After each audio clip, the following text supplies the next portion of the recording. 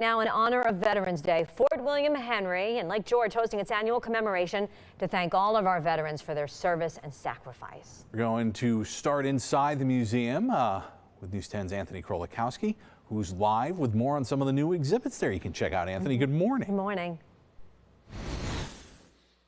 Good morning, Ryan and Christina. All this week, the Fort William Henry Museum has been honoring veterans, and this is the culmination of their week-long honor. And I'm here with Kathy Munsell, who is the CEO of the Fort William Henry Museum. First, just tell me about some of the things that you've been doing this week so far to honor these veterans. Well, veterans are very important to us. We consider ourselves the first location on our land in America where soldiers were born, because it was before the Revolutionary War. It was the French and Indian War. And we started with asking families to provide stories about any of their soldiers. We have pictures of them. We tell their stories. We've been putting it on Facebook. And all year long, we ask any of our visitors or anybody that sees us on social media to provide names, rank, and the armed forces that they were in so that we can celebrate them.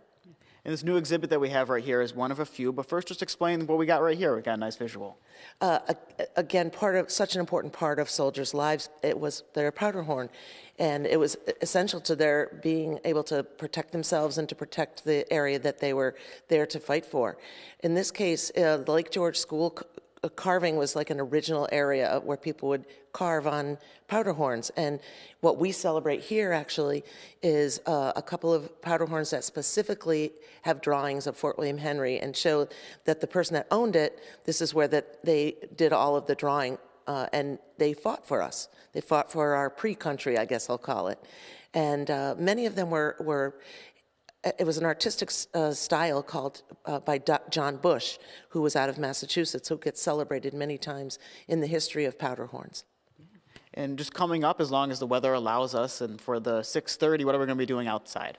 Well, we'll hopefully see a lovely beginnings of a sunrise, but we will go over to the flag installation where we are honoring all of the soldiers whose names you will see on the 18 different poster boards, thanking them for their service and frankly thanking all of their families. Never forget that it takes that village to support the team that helps us be protected. Of course, thank you to our veterans, and thank you for waking up with us so early today. So, my pleasure. Yeah, of course. As you heard Ryan and Christina, coming up at 6:30, we will have more from outside the museum. But for now, reporting live in Lake George, Anthony Krolikowski, News 10, ABC. Looking forward to your report coming up in the next half hour, Anthony. Thank you so much.